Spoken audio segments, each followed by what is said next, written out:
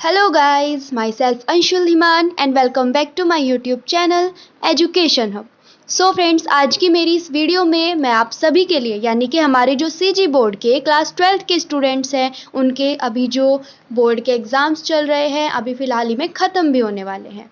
तो मैं आज आपका जो 25 मार्च को आपका समाज शास्त्र यानी कि सोशियोलॉजी का जो एग्ज़ाम होने वाला है वो सैम्पल पेपर आपके लिए लेकर आई हूँ, जैसे कि मैं आपको आपके बाकी एग्ज़ाम के भी प्रोवाइड जो है सब्जेक्ट के करा चुकी हूँ।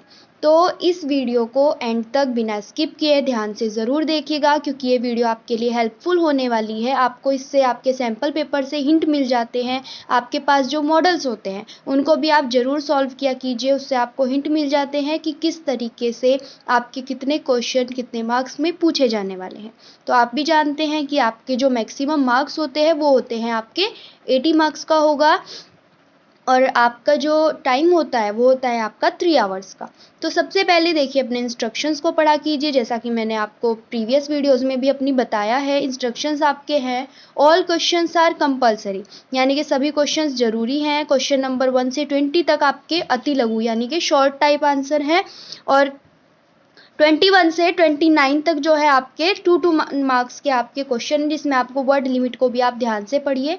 फिर है आपके क्वेश्चन 30 से 35 तक दीर्घ उत्तरीय यानी कि लॉन्ग आंसर टाइप, ये आपके 4 मार्क्स के होंगे। फिर 36 से 38 तक यानी कि 2 क्वेश्चंस जो आपके होंगे 3 क्वेश्चन, वो आपके 6 मार्क्स के होंगे, और आपकी जो मैक्सिमम लिमिट है वो है आपकी 200 वर्ड्स। तो आपका जो इसमें फर्स्ट क्वेश्चन आपको दिया गया है वो है मृत्यु और जन्म दर का क्या अर्थ है। तो मृत्यु और जन्म दर क्या होती है? देखिए, जन्म दर वो होती है जिसका प्रयोग जो है जनसंख्या में प्रति 1000 व्यक्तियों पर प्रतिवर्ष जन्म लेने वाले बच्चों की संख्या को परिभाषित करने के लिए किया जाता है। और जो मृत्यु दर होती है ये वो होता है जिसका जो प्रयोग है जनसंख्या में प्रति 1000 व्यक्तियों पर जो है हर साल जो मौत होती है, जो मृत्यु होती है, उनके बच्चों की जो संख्या है उसको परिभाषित करने के लिए, ये मृत्यु के जो लोग हैं उनको परिभाषित करने के लिए ये किया जाता है। तो फिर आपका सेकंड क्वेश्चन आता है इसमें जनसंख्या की आयु संरचना का क्या अर्थ है। तो क्योंकि ये 1 मार्क्स के हैं तो आप इसको जो है शॉर्ट में ही आंसर आपको करना है। तो आप इसमें क्या लिखेंगे? देखिए, जो जनसंख्या की ये जो आयु संरचना होती है यानी कि एज कंपोजिशन, तो ये जो है जनसंख्या की एक आधारभूत विशेषता है।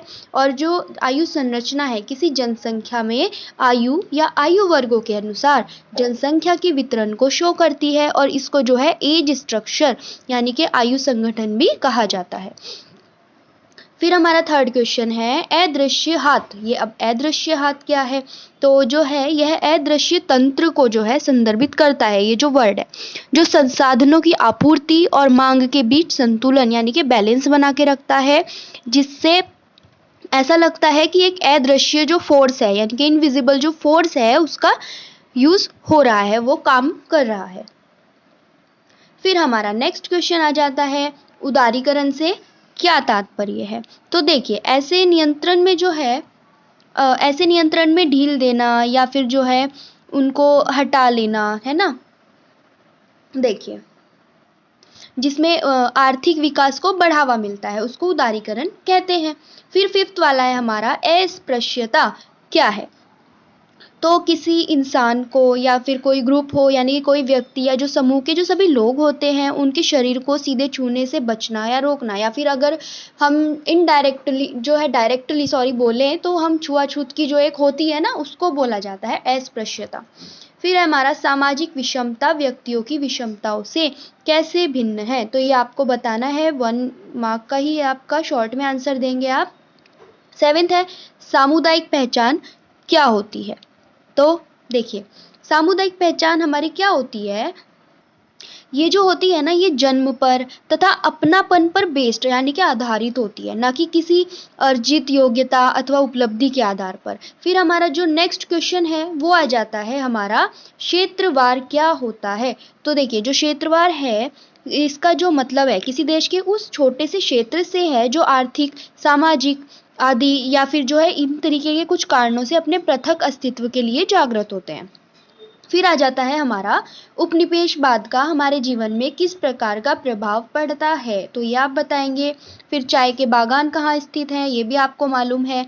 फिर है पश्चिमीकरण का साधारण अर्थ क्या होता है, तो देखिए पश्चिम देशों से अर्थात यानी कि यूरोप और अमेरिका जो है उनकी संस्कृति को स्वीकार करना, जिसमें जो है इसके अंदर आ जाते हैं जैसे खाना पीना, पोशाक, रहन सहन, ये सभी चीज़ें जो है इसके अंतर्गत आ जाती हैं।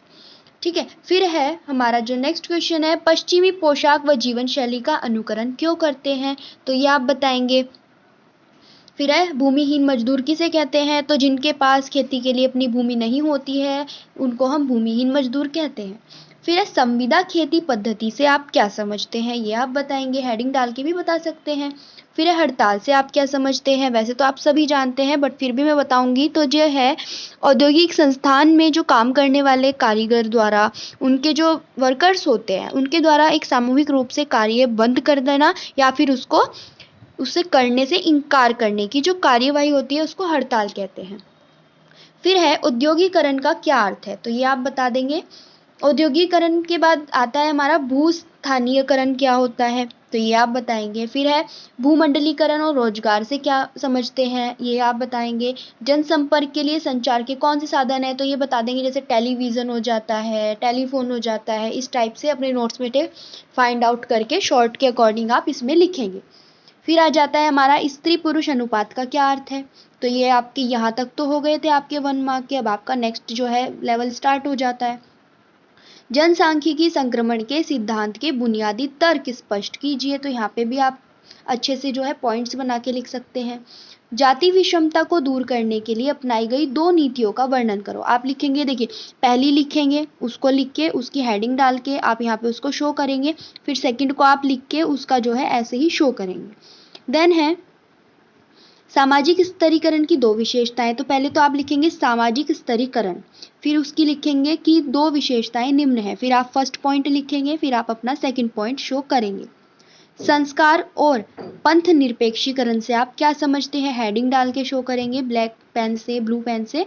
जेंडर और संस्कृतिकरण के बारे में बताइए। अपने आसपास वाले किसी भी व्यवसाय को चुनकर वर्णन कीजिए। एक फैक्ट्री में मैनेजर और कामगारों का संबंध कैसे होना चाहिए, तो ये भी आपको बताना है कि किस टाइप के रिलेशंस होने चाहिए। किस तरह के एक बाजार जैसे कि साप्ताहिक ग्रामीण बाजार एक सामाजिक संस्था है, या तो आप इसका आंसर करेंगे या फिर आप इसको बताएंगे कि बाजार पर समाज शास्त्रीय दृष्टिकोण आर्थिक दृष्टिकोण से किस तरह भिन्न है, डिफरेंट है। क्वेश्चन नंबर 31 आ जाता है, अल्पसंख्यक जो वर्ग होता है क्या होता है वो बताओ, और अल्पसंख्यक वर्गों को राज्य से संरक्षण की क्यों जरूरत होती है, या तो आप इसको बताओ या फिर आप बताएंगे कि सांप्रदायवाद या सांप्रदायिकता क्या होती है।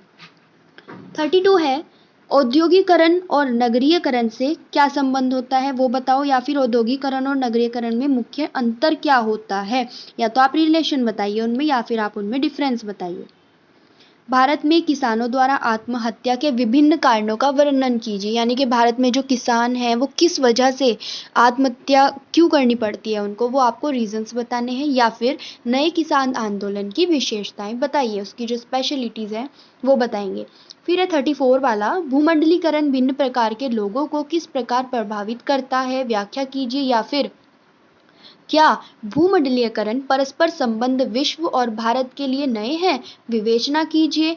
फिर आप है 35 क्वेश्चन है, संचार माध्यम लोकतंत्र के पहरेदार कैसे हैं, या तो आप इसको बताइए जो संचार माध्यम होते हैं वो किस तरीके से लोकतंत्र के जो है पहरेदार है, या फिर बताइए मीडिया लोकतंत्र के प्रहरी वॉच डॉग जो कि बोला जाता है के रूप में किस प्रकार कार्य करता है। फिर है जनजातियां आदिम समुदाय हैं जो सभ्यता के अछूते रहकर अपना अलग अलग जीवन व्यतीत करते हैं, इस दृष्टिकोण के विपक्ष में अपोजिट में, यानी कि आपका क्या साक्ष्य प्रस्तुत करना चाहोगे, या फिर आप इसको बताइए, आप बताएंगे कि सामाजिक संरचना में होने वाले परिवर्तन पारिवारिक संरचना में किस प्रकार परिवर्तन ला सकते हैं। फिर आपका 37 क्वेश्चन है, हित समूह प्रकार्यशील लोकतंत्र के अभिन्न अंगों के बारे में वर्णन कीजिए, या फिर ग्रामीणों की आवाज को सामने लाने में 73वां संविधान संशोधन अत्यंत महत्वपूर्ण है, क्यों, रीजंस बताएंगे। फिर आपका 38 है, एक ऐसे समाज की कल्पना कीजिए इमेजिनेशन जहाँ कोई सामाजिक आंदोलन न हुआ हो, विस्तृत वर्णन कीजिए। या फिर भारत में पुराने तथा नए सामाजिक आंदोलन में स्पष्ट भेद करना कठिन है, इसका भी वर्णन कीजिए। सो ये था आपका सैम्पल पेपर जो कि आपका 25 को एग्ज़ाम होने वाला है। आई होप कि इस टाइप के कुछ क्वेश्चंस आपसे पूछे जाएं और पूछे भी जा सकते हैं। सो अगर आपको वीडियो हेल्पफुल लगी हो so guys please please please hit the like button, channel को सब्सक्राइब करना बिल्कुल मत भूलिएगा। Good luck for your exams. आज के लिए इतना ही। Thank you so much.